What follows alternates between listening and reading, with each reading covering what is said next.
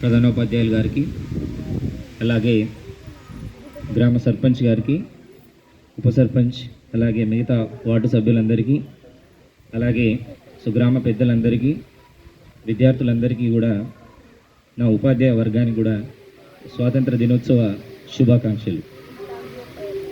ముందుగా ఈ స్వాతంత్ర దినోత్సవం నాడు ప్రతి సంవత్సరం మనము ఒక పండగలాగా సెలబ్రేట్ చేసుకుంటాం. బట్ భారతదేశం అంటే ఆ పేరు వినగానే మనందరికీ దాదాపుగా గుర్తొచ్చేది ప్రపంచంలో ఎత్తైన శిఖరాలు కలిగిన హిమాలయ పర్వతాల, లేదా అత్యంత పొడవైన నదైనటువంటి గంగా నద, లేదా ప్రపంచంలో ఏ దేశానికి లేనటువంటి 3 రంగుల జెండా కలిగినటువంటి త్రివర్ణ పతాకమా? ఇవేమి గుర్తుకు రావు నాకు. మరి ఏం గుర్తొస్తాయి నాకు భారతదేశం అంటే? ఈ నేల కోసం చిరునవ్వుతో ఉరికంబానికి వేలాడినటువంటి భగత్ సింగ్ గుర్తొస్తాడు నాకు. ఆ 23 సంవత్సరాల చిరుప్రాయంలో దేశం కోసం తన ప్రాణాన్ని త్యాగం చేసినటువంటి ఆ గొప్ప మహనీయుడు గుర్తొస్తాడు. అలాగే అడవుల్లో సామ్రాజ్యవాదానికి ఎదురొడ్డినటువంటి అల్లూరి సీతారామరాజు నాకు గుర్తొస్తాడు భారతదేశం అంటే. అలాగే తన అహింసా మార్గంతో ప్రపంచాన్ని ఆశ్చర్యపరిచినటువంటి ఒక గొప్ప నాయకుడు మహాత్మా గాంధీ గుర్తొస్తాడు నాకు భారతదేశం అంటే. అలాగే ప్రతి భారతీయుడికి సమాన హక్కులు ఉండాలనే ఉద్దేశంతో భారత రాజ్యాంగాన్ని రూపకల్పన చేసినటువంటి డాక్టర్ బిఆర్ అంబేద్కర్ గారు నాకు భారతదేశం అంటే గుర్తొస్తారు. మరి ఇప్పటిదాకా చెప్పుకున్నటువంటి ఈ నాయకులు వారి కోసం వారి జీవితాల్లో వాళ్ళు జీవించలేరు, లేదా వారి కుటుంబాల కోసం కూడా జీవించలేరు. మరి ఎవరి కోసం జీవించారు? అప్పటికి కన్నులు తెరవనటువంటి రేపటి తరాల స్వేచ్ఛ కోసం వాళ్ళ జీవితాన్ని అంకితం చేశారు. ఒక ప్రశ్న మనందరి ముందు ఎదురవుతుంది. మరి ఉరికంబం ముందు నిలబడినప్పుడు భగత్ సింగ్ భయపడలేదా? ఖచ్చితంగా భయపడి ఉంటాడు. కానీ దేశం మీద ఉన్నట్టు ఆ భయాన్ని మించిపోయింది. అలాగే అల్లూరి సీతారామరాజు తన ప్రాణం విలువ తనకు తెలియదా? తెలిసే ఉంటుంది. కానీ బానిసత్వంతో బతకడం కన్నా స్వేచ్ఛగా మరణించడమే గొప్ప అని ఆ రోజు ఆయన నమ్మారు. అలాగే తన అహింసా మార్గంతో ప్రపంచ నలుమూలల ఆశ్చర్యపరిచేలా చేసినటువంటి గాంధీజీ ఆ వయసులో, దాదాపు 60-70 సంవత్సరాల వయసులో ఎన్నో వందల కిలోమీటర్లు పాదయాత్రలు చేసి, ఎన్నో ప్రసంగాలు చేసి భారతదేశానికి ఒక దిక్సూచిని తీసుకురావడానికి ప్రయత్నించాడు. మరి ఆయనకు ఆ రోజు అలుపు రాలేదు వచ్చి. కానీ ఆయన అనుకున్నాడు, భారతదేశానికి స్వాతంత్రం వచ్చేదాకా నాకు అలుపు లేదా శ్రమ ఉండకూడదని ఆయన అనుకున్నాడు. వీరందరి త్యాగ ఫలితమే ఈరోజు మనము స్వేచ్ఛగా మాట్లాడగలుగుతున్నాం, స్వేచ్ఛగా విద్యను అందించుకుంటున్నాం, స్వేచ్ఛగా మనకు నచ్చినటువంటి ప్రభుత్వాన్ని మనం ఎన్నుకుంటున్నాం. దాని ఫలితమే 1947 ఆగస్టు 15. ఈ రోజంటే కేవలం మనకి ఒక జాతీయ జెండాని ఎగరవేసేటటువంటి రోజు కాదు. ఒక జాతి తలెత్తుకు నిలిచి ప్రపంచానికి ఒక సందేశాన్ని ఇచ్చినటువంటి గొప్ప రోజుగా మనం అందరం గుర్తుపెట్టుకోవాలి. ఆ రోజు నుంచి మన భవిష్యత్తుని మనము నిర్మించుకోవడం అనేది ప్రారంభించాం. ఈ క్రమంలో భారతదేశం ఎన్నో అద్భుతమైనటువంటి విజయాలు సాధించగలిగింది. ఈరోజు భారతదేశాన్ని చూసి ప్రపంచం అనేది గౌరవిస్తుంది ప్రతి విషయంలో కూడా. మన సైనికులు నిద్ర ఆహారాలు లేకుండా అక్కడ బార్డర్లో దేశాన్ని కాపాడుతున్నారు.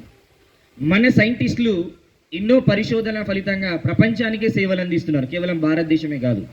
కరోనా టైంలో సో మనకి వ్యాక్సిన్ కూడా ఫస్ట్ టైం భారతదేశంలోనే వ్యాక్సిన్ అనేది కూడా తయారు చేయబడింది.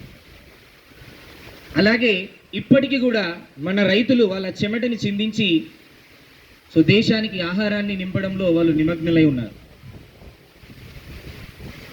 మరి ఇలాంటి గొప్ప గొప్ప విజయాలు మన దేశ ఖాతాలో ఉన్నప్పటికీ ఒక చిన్న ప్రశ్న కూడా మనల్ని వెంటాడుతుంది. ఈ విజయాలు ప్రతి ఇంటికి చేరుకున్నాయా? ఈ 80 సంవత్సరాల సుదీర్ఘ ప్రయాణంలో ప్రతి ఒక్క విద్యార్థికి నాణ్యమైన విద్య అందుతుందా?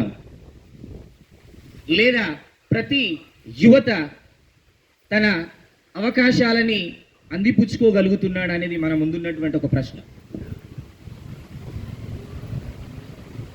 మరి ఇలాంటి కొన్ని లోపాలు ఈ సుదీర్ఘ ప్రయాణంలో ఉన్నాయని చెప్పడము సో దేశాన్ని తక్కువ చేసి చూపినట్టు కాదు, దేశాన్ని మరింత గొప్పగా తీర్చిదిద్దాలనుకునేటటువంటి బాధ్యతలో భాగంగానే ఈ ప్రశ్నల్ని మనల్ని మనం లేవనెత్తుకోవాలి. మరి ప్రతిసారి మనం అంటుంటాం దేశం మారాలి, దేశం మారాలి, దేశం మారాలి. కొన్ని సందర్భాల్లో నేను ఈ దేశంలో పుట్టకపోయినా అయిపోదు, భారతదేశం వేరే ఎక్కడైనా పుడితే బాగుండా అని చాలామంది కూడా మనం ఆ మాటలు వింటుంటాం సమాజంలో. మరి దేశం అంటే ఎవరు? సో దేశం అంటే నేను, నువ్వు, మనము.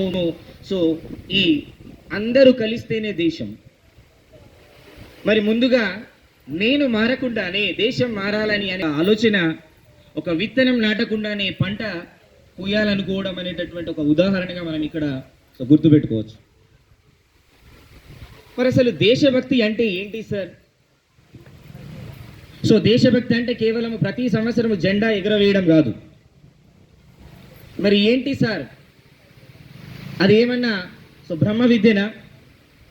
అది మన వల్ల కాదా? చిన్న చిన్న పనులే మన దేశభక్తిని చాటడానికి ఉదాహరణగా చెప్పుకోవచ్చు. ప్రతిరోజు చట్టాలని గౌరవించడమే నిజమైన దేశభక్తి. ప్రతిరోజు నువ్వు చేసే పనిని అంకిత భావంతో చేయడమే నిజమైన దేశభక్తి. ప్రతిరోజు నీ చుట్టుపక్కల ఉన్న వాళ్ళని గౌరవించడమే నిజమైనటువంటి దేశభక్తి. ఇంకా మనం సింపుల్గా చెప్పుకోవాలంటే రోడ్డు మీద చెత్త వేయకుండా ఉండేటటువంటి వ్యక్తి కూడా నిజమైనటువంటి దేశభక్తుడే.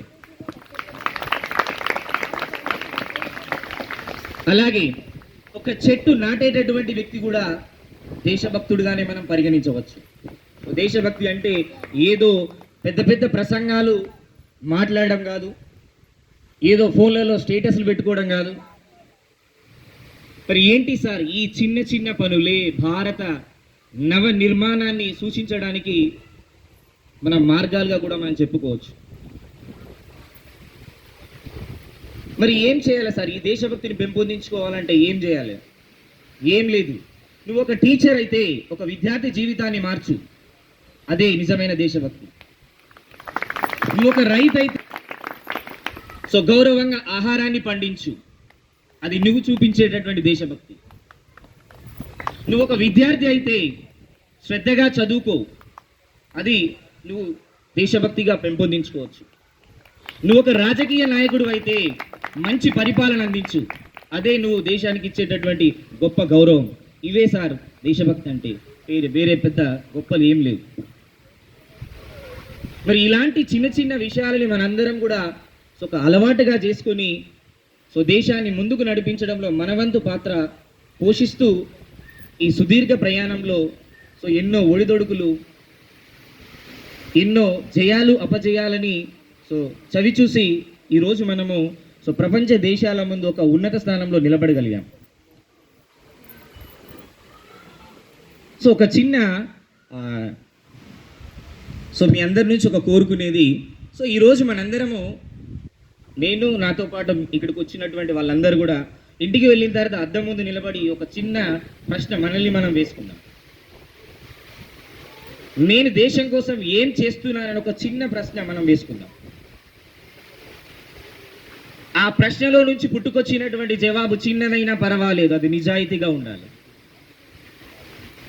మరి ఏం చేయాలి సార్ దేశభక్తి కోసం? సో మనమే కాదు సార్, ఒకానొక టైం వచ్చినప్పుడు మన పిల్లలు కూడా మన గురించి చెప్పుకోవాలి. నా తల్లిదండ్రులు నాకు ఆస్తిపాస్తులు మాత్రమే అందించలేదు, విలువలని అందించారు. నాకు కేవలం ఆస్తిపాస్తులు అందించలేదు, నాకు దేశాన్ని ప్రేమించడం నేర్పించారు. నాకు కేవలం ఆస్తిపాస్తులు మాత్రం అందించలేదు, నాకు పక్క వాళ్ళని గౌరవించడం నేర్పించారు అని ఏ రోజైతే మన పిల్లలు మన గురించి ఎక్కడో ఒక దగ్గర చెప్పుకుంటారో సార్, ఇదే సార్ నిజమైన దేశభక్తి అంటే. ఇదే మనం దేశ స్వాతంత్రానికి ఇచ్చినటువంటి గొప్ప గౌరవం. కాబట్టి సో మనందరి మనసులో ఒక చిన్న అంశాన్ని స్మరించుకుందాం. సో దేశభక్తి అంటే ఏదో పెద్ద విషయాలు కాదు సార్, దేశానికి భారంగా ఉండకుండా జీవించడమే నిజమైన దేశభక్తి. సో ఇలాంటి చిన్న చిన్న మార్పులే దేశాన్ని అభివృద్ధి పథంలో నడిపించడానికి ఒక పెద్ద మార్గాలుగా సో రూపుదిద్దుకుంటాననేటటువంటి ఒక చిన్న ఆశతో మీ సగటు భారతీయుడు, సగటు సాంఘిక శాస్త్ర ఉపాధ్యాయుడు. జై హింద్, వందే మాతరం. Thank you. Okay sir, thank you.